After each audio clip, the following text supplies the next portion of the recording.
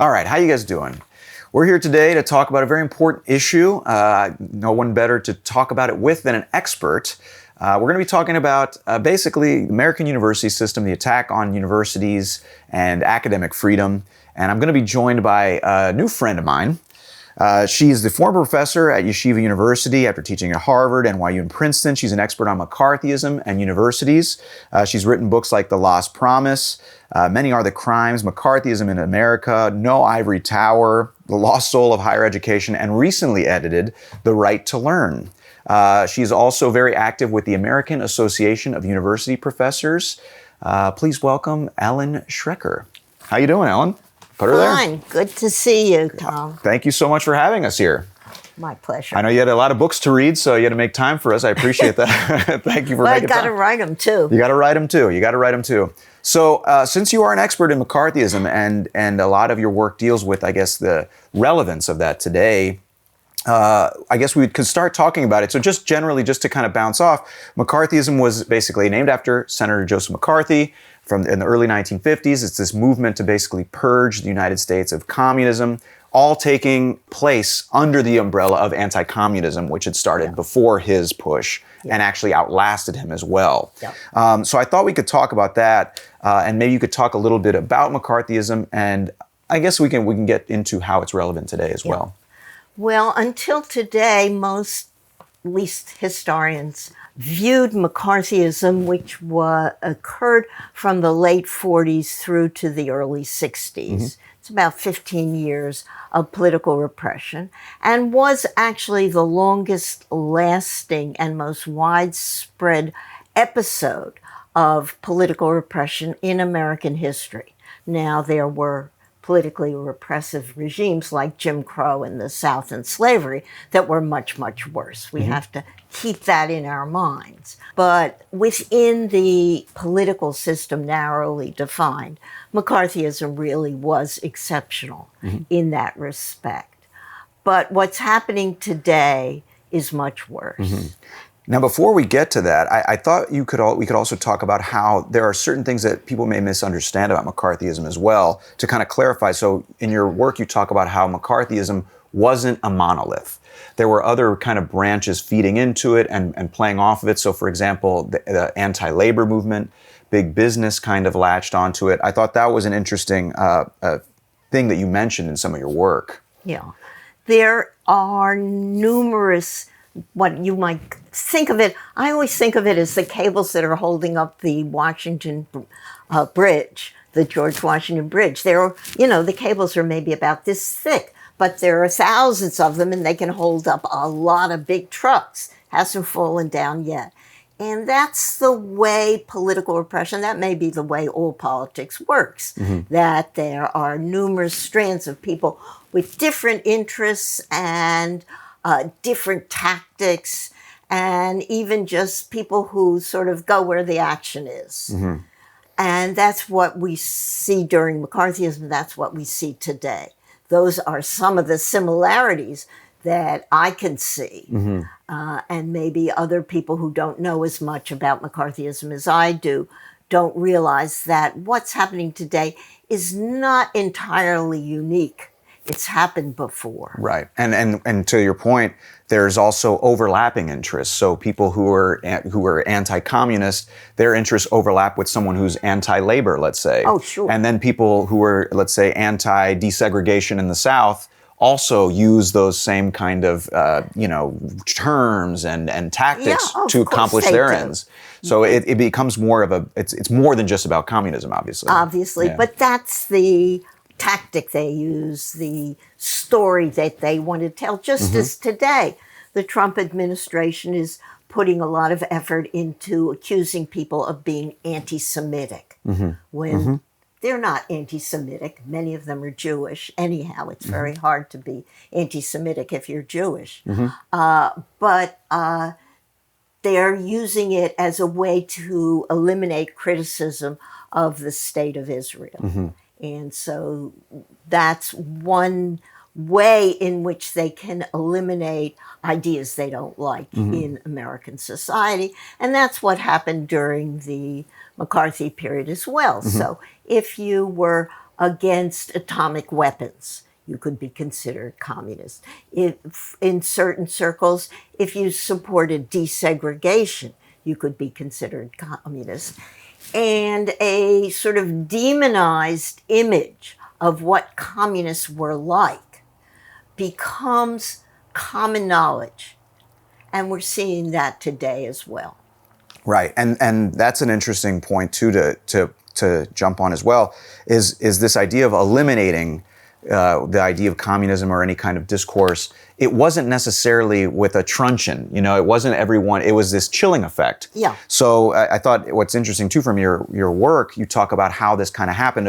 It was like 150 professors were actually fired, right? And then most of them were tenured, but that still had the effect of a much broader kind of chilling of speech and of types of research and books. And so the casualty of all this was way bigger than the number of people who were actually put in prison. Of course. Or actually, so the Rosenbergs were executed famously. That's it. But that's it, right? So I was hoping you could talk to that as well, because people hear, oh, there were only a certain amount of people who were arrested. But I think the casualty of such an episode is way greater. Right. And what's interesting, of course, is that the main sanctions that were imposed were not prison terms or some kind of violence. As you pointed out, there are only 2 people who were killed. But economic sanctions. People risked their jobs. People thought they were risking their jobs. And what do we see now? Economic sanctions. Trump is taking away hundreds of millions of dollars, or threatening to take away hundreds of millions of dollars from American universities. And what does that cause them to do? Shut down their DEI offices, those offices that are trying to make it possible for students who don't have advantaged, privileged backgrounds to do well in college. Well, that's what we want, is to expand opportunity, or I thought that was what this country wanted to do. And that is being threatened too. And I think an important point to mention is basically those harmful effects of McCarthyism couldn't have happened without the cooperation of the universities, without the cooperation of the private sector, which kind of shows you that it really wasn't just McCarthy out there doing everything. It was him kind of planting these seeds or kind of, sowing this chaos, but the universities playing along. The way it worked and the way political repression in this country has always worked, and probably throughout the world, is that there are really 2 stages. The first is to identify the enemy. In the late 40s and 50s, in the early Cold War years, it was communists, people close to communism, because let's face it, there was some plausibility there. The Communist Party did, in fact, have a special relationship with the Soviet Union. Got money from them, Moscow gold. But there was also plausibility. There was atomic espionage. We know that. That came out. It was known by the 1950s. So there's this notion of a connection to national security. Right. Now, Trump tries to make those connections as well. He has even less plausibility, but there are things about universities that he can hook on to. Like rising tuitions. Why are tuitions rising? We can talk about that. Yeah, we will. But, it is true. Tuitions are rising. It is no longer as affordable to go to college as it was when I was young, or even when you were young. I like to think I'm still young, but I know what you mean. Well, now that we covered a little bit of the background on McCarthyism, why is what's happening today worse? I think, from reading your book, your books, it seems like one, it's going after everyone, whereas during McCarthyism it was going after professors for what they did before they were teaching or their extracurricular activities being part. Today, it's going after not just professors, but students, but the administration. I was hoping you could talk about that a little bit. Sure. What we have is individuals who had a political past in the left, usually somebody who had once been in or near the Communist Party, period. It's, 100 people were fired that I know of. A lot I don't know of because people kept it secret. Wouldn't you? If you're fired for political reasons. And the schools kept it secret as well because they didn't want to have the public notion that they had once had a former communist on their faculty, that they had been collaborating. So everybody's keeping as much secret as they can. Now that's not the case. Things aren't so secret anymore. Right. They couldn't be when anybody can go and copy an email.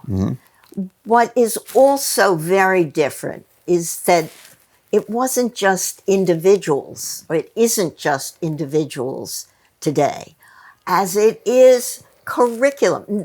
During the McCarthy period, by the way, nobody was ever fired for anything that person did in his or her classes or their research. There was never any accusation of indoctrinating their students or biasing their research. That's very important. Today, research is being shut down right and left. Today, people are being monitored in their classrooms by their students who are paid to go there and monitor them by these left-wing groups like Turning Point. Right-wing groups. Right-wing groups. Sorry. Right-wing groups. So that what we're seeing is a very different set of actions and activities within the academic community. And not just, of course, the academic community. We're talking law firms. We're talking media companies. We're talking all sorts of pieces of American society, libraries, where they're pulling the books off the shelves, where what we don't know, of course, and we didn't know this during the McCarthy period, is what was prevented from being done. In other words, I'm having a lot of trouble getting a book published. Is that because the publishing industry is in trouble today, which it is?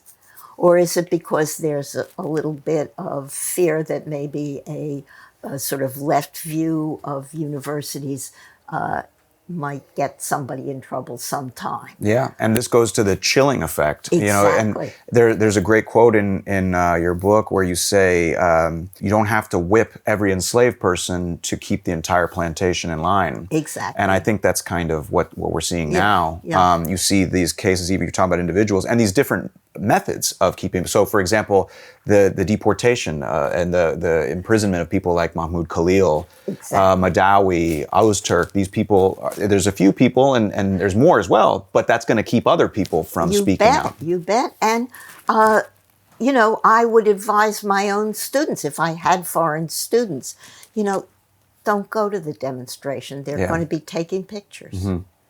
You can't, there are certain risks you can't take. But people like me, especially somebody who's already retired, so that what are they going to do? What can they do to me? They can't fire me. I'm not teaching there anymore. Are they going to interfere with my pension? They may. I guess there's always that's what is so annoying, is the people who really aren't risking a lot. People keep saying to me, well, you're so courageous. I'm not courageous. I'm not in danger. Right. I'm tired because I'm 87 years old, and, it gets you in the back and the head and the forgetting it. Oh my God. But, they can't really hurt me. I don't have that much longer to live. So what are they going to do? I'll get them from the grave. We'll all get them from the grave. So that is a good point there where we're talking about they're going after everyone, not just professors. I thought the other point that you brought up that makes it worse today is the fact that the university system is weaker today than it was back in the 50s when McCarthyism was at its height. I was hoping to talk about that because this is such a big problem generally. I mean, even before all of this, backlash and censorship. I was hoping to talk a little bit about that because it's not really an accident that it's weaker now. Of course not. Yeah. What we're seeing, it's both weaker, but it also plays a much bigger role in American society. Back in the McCarthy period, which has often been called by historians the golden age of American higher education, universities were mainly supported by state legislatures. And in the immediate aftermath of the Second World War, the government put money into higher education through the GI Rights Bill. In other words, which was designed not to increase education, but to keep these veterans, former soldiers, out of the labor force because they were afraid of the Depression.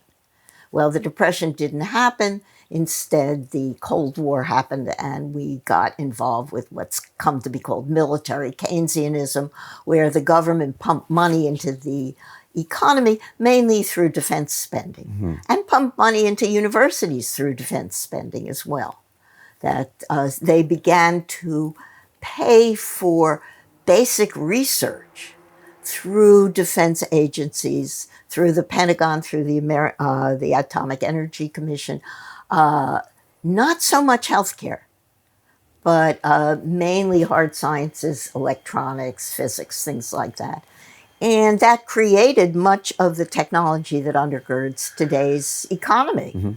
The internet was developed in universities under military sponsorship. Universities were also expanding, and state governments were pouring money into these universities, creating new campuses, upgrading, like teachers' colleges become four-year colleges, then become regional universities giving out master's degrees, and then becoming research universities even. And as they expand, more and more government money is being funneled into them. But after the 1960s, and we have to talk about the 60s as well, which is when universities are expanding the most, but also under pressure to become more democratic, to grant more and more marginalized groups access to higher education at exactly the same time that the American economy is changing. And how is it changing? Well, in the aftermath of World War II, the United States was completely dominant in the world economy. There was, its main competitors, Germany and Japan, were rubble. But eventually they rebuilt, and of course they rebuilt somewhat more modern, better technology, more modern factories. They also began to contract out jobs away from well-paid, unionized workers in the United States, in the steel industry, in the auto industry, that enabled people without a higher education to have a secure, economically secure lifestyle. And that disappears beginning in the late 60s and in the 1970s. And what does that mean? It means that universities become more important to individuals in the United States as a form of social mobility and economic ability. The only way you can get a middle class level of economic security is to have a bachelor's degree. And so people are becoming more dependent on universities in a period when universities are beginning to be, they're expanding, but the amount of money they're getting isn't increasing, and it's not coming from the same sources. So universities are becoming more dependent on the federal government than they had been before, and also on their students' tuitions. Right. And this was also, I guess, the time, too, when different ways of running the university and of, I guess, managing the university started to kind of come up as well. I guess it's like a more neoliberal way of, I mean, that's a whole nother, that's a big topic, but that's also coinciding around that time as well, right? Exactly. It's the same thing. Yeah. Because when administrations of American universities realize that they can no longer depend on, the people of Ohio saying, oh, Ohio State, here's another $100 million. Right. Why don't you build a satellite campus in my suburb? No, in my suburb. That stops. And all of a sudden, they have to find alternative sources of income. And the main places where they're looking for this money is the federal government, which ultimately ends up paying for their scientific research. STEM is being supported by the federal government. All of these hard sciences, plus biomedical sciences, which had not been cutting-edge science until the 1970s, more or less. Mm-hmm. There's a real change. This is what I discovered when I started researching. And nobody had sort of put their finger on the fact that science changed too. Mm-hmm. And the big money is now not in electronics, although that's still the case. Where would we be without drones? Mm-hmm. But rather... God forbid we don't have drones. What kind of world would that be without drones? Yeah. Yeah. And to the this money point, is in, Ozempic. Yeah, sure.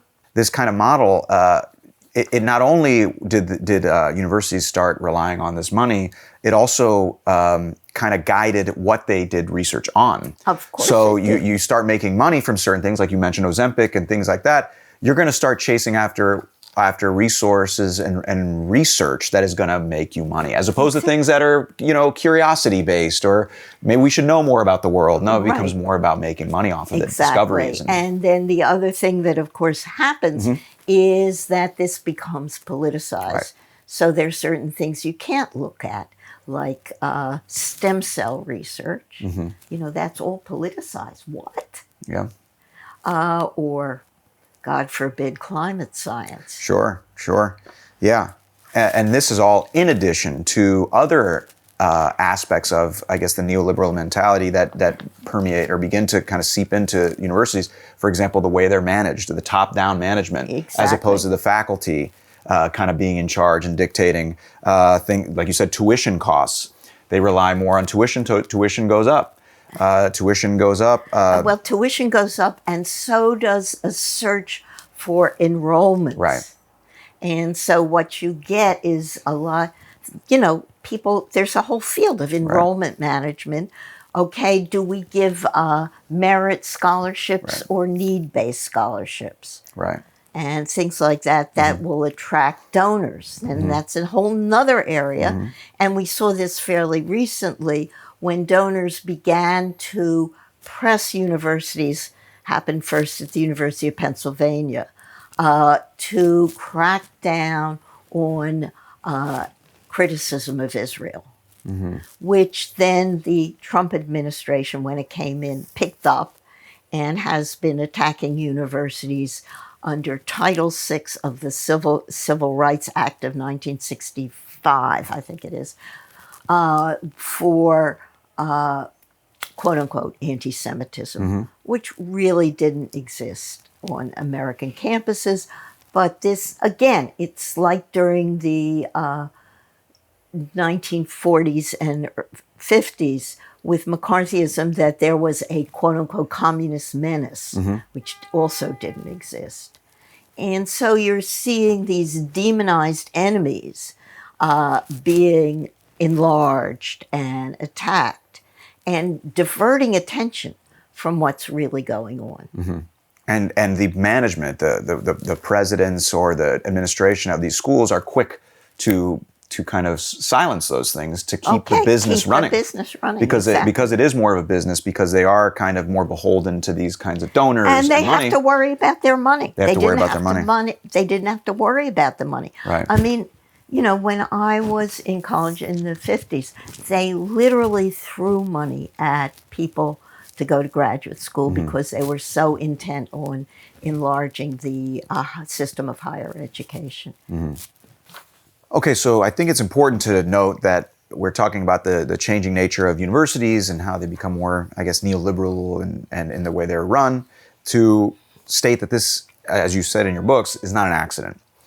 This was very much the result of kind of a push by certain forces to remake the universities in reaction and response to the gains made by schools and different marginalized groups in the 1960s. I thought it'd be interesting to talk and maybe jump off of the Powell memo. The famous Powell memo, of course you guys all know the Powell memo, but let me refresh your memory. In 1971, Lewis Powell, the counsel for the U.S. Chamber of Commerce, writes this memo to his client, basically saying, we're getting whipped out there. Free enterprise is under attack by the big demon of democracy, pretty much. Yeah. And basically counseling them to take a more active role in politics. And part of that active role is basically remaking universities and the higher education system. And you talked about it being kind of a double-pronged attack, which I thought was interesting. One of them being for them to develop their own intellectual infrastructure, kind of promoting more free market ideas, but also to destroy the credibility of the existing academia. I was hoping you could talk about this, which is kind of what began this whole process that resulted in the way universities are today. Yeah. Here, I'm going to give you a little bibliography, all right, if you don't cool. mind. Yeah, sure, a please. book. Oh my gosh. Forbid. Yeah. Okay, this is absolutely the crucial book that talks about it. It's by a historian at Duke named Nancy McLean, MacLean, Nancy McLean, called Democracy in Chains. I don't know if you know the book or not. No. It's absolutely central to understanding everything that's happened since 1971 at least. It's describing how a backlash developed against the democratizing forces of the 1960s. Now, the students did do bad things during the 60s. They took over the dean's office.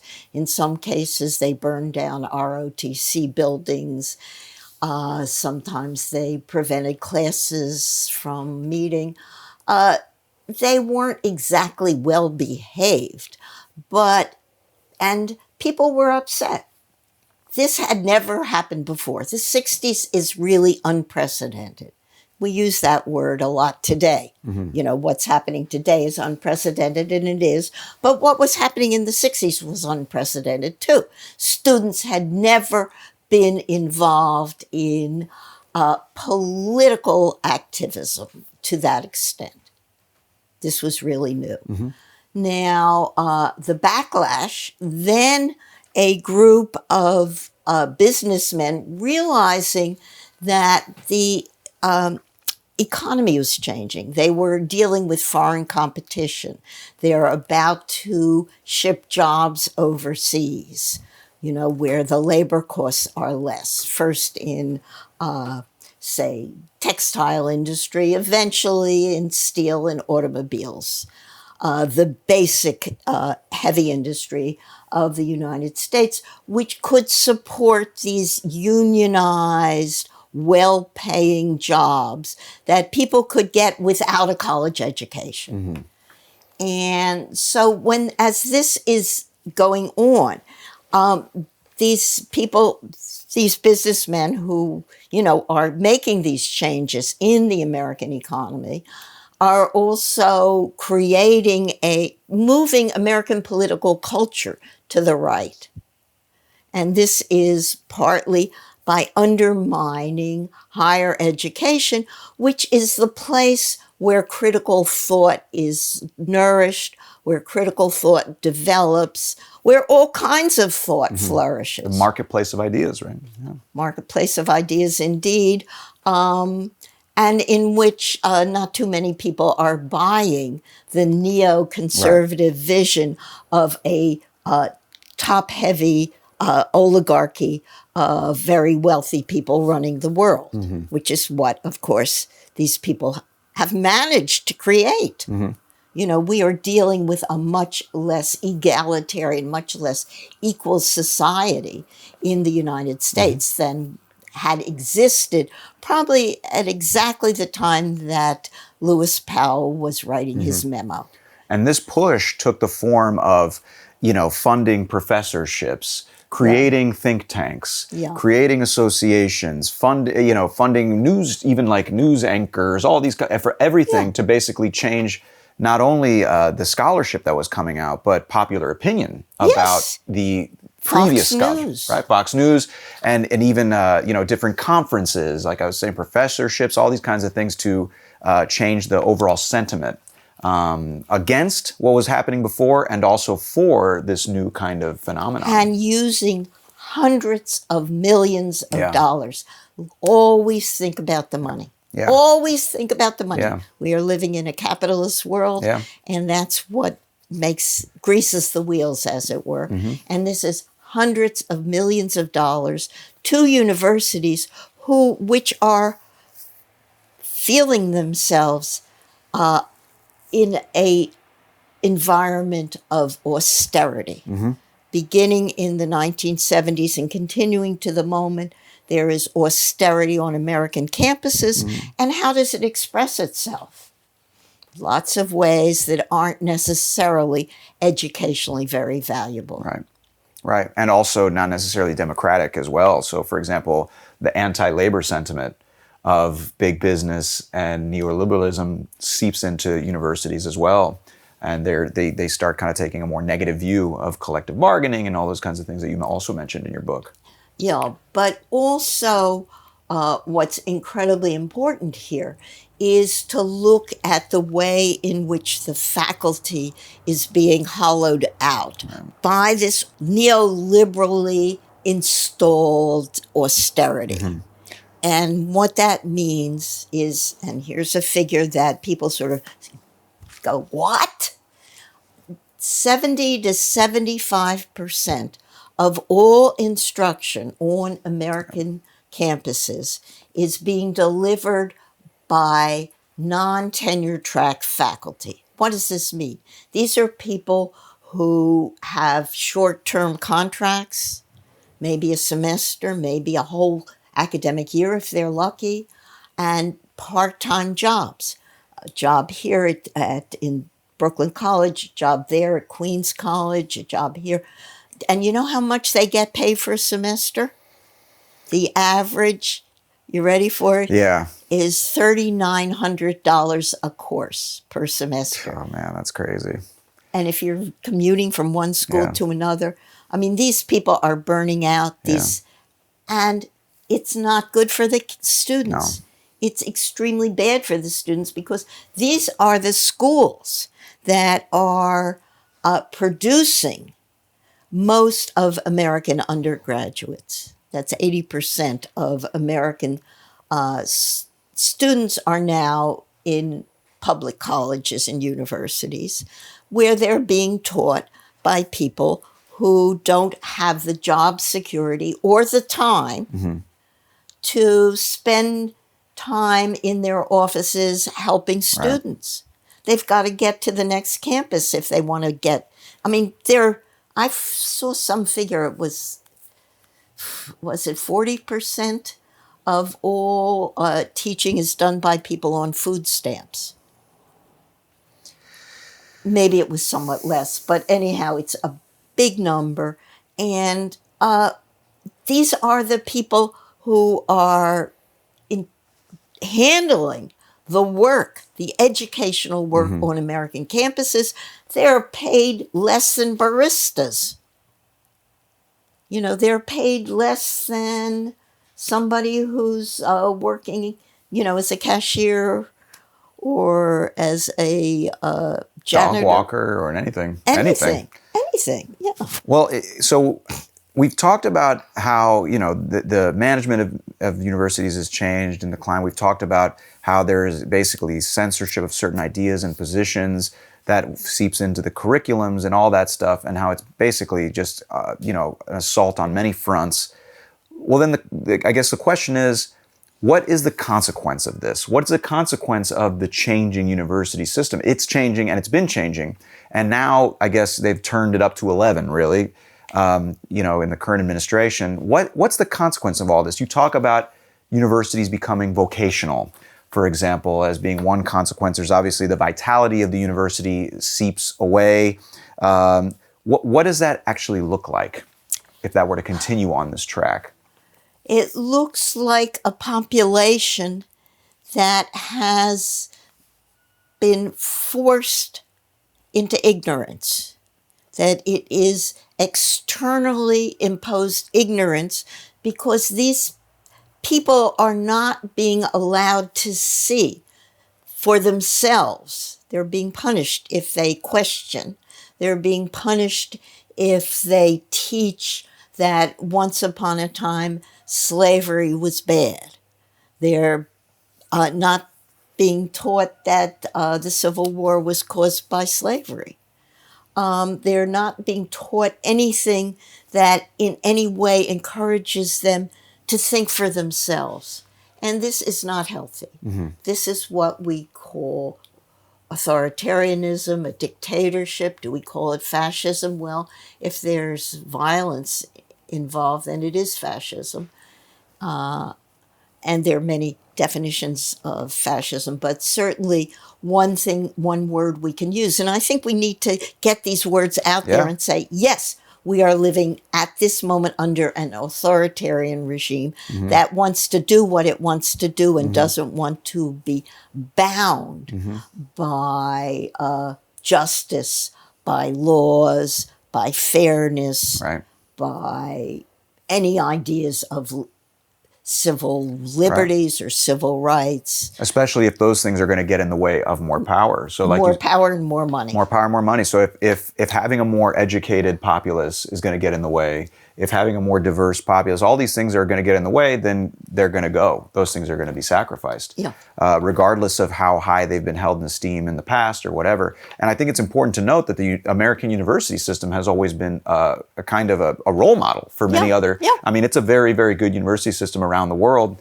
and that's going to go away. People come from all over the world to go to school here. Exactly. And we don't know, actually. I mean, this is sort of something I know scholars are looking at, is what was the impact of American higher education on the rest of the world? And whatever it was that was positive is about to disappear. With everything going on in the universities and everything, and how you said this is worse in many ways than McCarthyism, both of which you're expert on, McCarthyism and universities, what gives you hope with what's happening today? The fact that just today, I think, MIT said no. Here is Trump with his quote-unquote compact, where he's offering universities money if they go along with destroying themselves, or he'll destroy them. So what's the point, right? And he's not even really offering money. He's offering to not withhold money. He's basically saying, we won't withhold your money if you sign on to this compact. Otherwise, we will, or we could. And so now there's 9 schools that are basically in the crosshairs. And it seems like he's doing this as a test. Yes, of to course. see, and then it's going to spread out to more schools, obviously. Well, he says that. Yeah, he says I'm starting with 9, but the rest of you should pay attention. And, of course, the system at the University of Texas, which has been appointed by the current governor of Texas, which is already authoritarian government, said, oh, wonderful, now you've saved our lives, or something to that effect. So forget about Texas. But MIT said, no, we can't do this. We can't do this. And that is a good sign. Harvard has not yet signed off, and maybe never will. I'm an alumnus. I keep writing letters saying, do not give in. And I think a lot of other people are doing the same. Yeah, and also students are pushing Students back. are pushing, you know. and students are not, well, Harvard, everybody will continue to apply until the end of time. Yeah.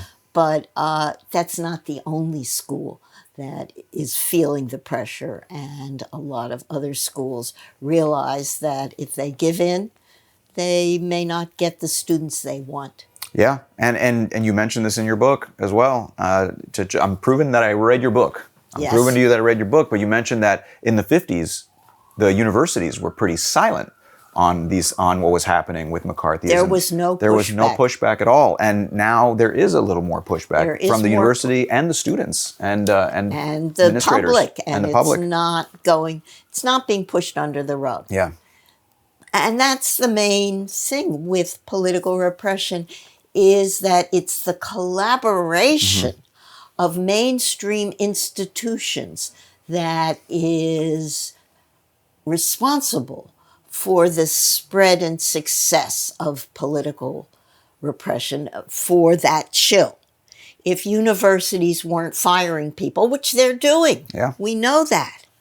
And University Muhlenberg, which is a sort of liberal arts school in the middle of Pennsylvania, fired a tenured professor. It's the first sort of major public thing, I think, because of something she had posted on a Facebook page.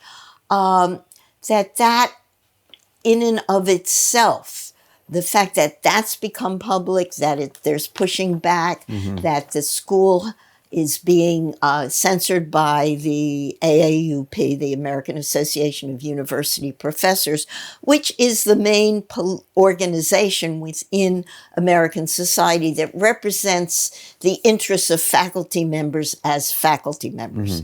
And during the McCarthy period, it just rolled over and did nothing. So did the ACLU, which has been leading a legal fight, a very strong and very successful legal fight against the Trump administration as well. So what you're seeing is some of the institutions of civil society pushing back, including students, including faculty members. Nobody was circulating petitions during the 1960s or the 1950s. I interviewed somebody who told me this wonderful anecdote. He had been a left-wing student at the University of Chicago, I think, in the late 40s, and then was a graduate student there in physics, and was an experimental physicist where you had to do these experiments that went on for 24 hours a day. So you had to be in the lab full time, pretty much. And there was no place even to get a Coke. So he starts a petition to install a Coke machine, vending machine, in the physics lab, and nobody would sign. They were so afraid of signing petitions that nobody would sign a petition to have a vending machine in the physics lab. And that sort of tells you how different it is. Yeah. Or they just didn't want caffeine. It really gets your blood pumping. I know that because I drank a Diet Coke before I came here, and I'm wired. But no, I totally understand. And I think, to add on to that, I mean, the other parallels are so obvious now. I mean, you had just a few months ago, you had the presidents of these universities being paraded in front of Congress, these congressional committees, just like back in the day. Exactly. And then shortly after these committees, a few of them are fired. And you just watch how this happens. With no real charge against them other than how they handled anti-Semitism. Quote, unquote, the non-existent anti-Semitism on their campuses. So the parallels are there for anyone watching who thinks it's overblown or whatever. There are many, many parallels, which I guess would lead to a good plug of your work. If you are looking for more of this stuff, you should definitely check out The Lost Promise, American Universities in the 1960s, or the most recent book that Ellen edited called The Right to Learn, Resisting the Right-Wing Attack on Academic Freedom, as well as many of the other books that she's written, on McCarthyism, on universities and everything. I'd like to stay here all day and chat about this stuff, but I appreciate your time and we got to get going. But is there anything else you'd like to say? I mean, we talked about things to be hopeful about, but is there any parting thoughts before we leave? Well, just that I guess the word that one leaves this kind of a conversation with is solidarity. Stick together.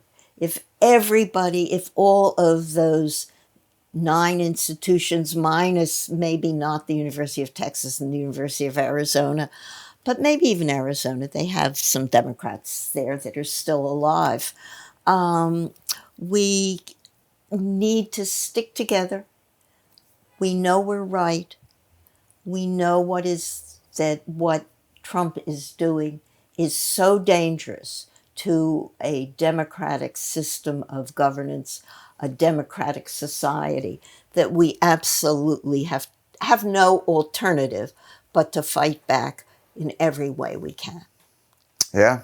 And stick together. And stick together. Very important. Well, you heard Ellen. You got work to do. We all gotta stick together. Before we leave, I brought a copy of my book of The Lost Soul of Higher Education. I was hoping you could give me the old John Hancock here. Sure. The old signature there. Thank you very much. Okay. Get a little autograph here. But yeah, guys, thank you so much for watching. I hope you enjoyed it. Once again, check out Ellen Schrecker's work. I'll have a little link in the description, all that stuff. And, I don't know, leave a comment or whatever, and like, and subscribe and all that stuff, and check out the Patreon if you have a chance. And other than that, I don't know, how do we do, Ellen? I know you do interviews for all the big networks and stuff. How was this compared to that? Oh, this was much more fun. Thanks a lot. Come on, I'm going to start blushing. Well, thank you guys for watching. See you guys soon.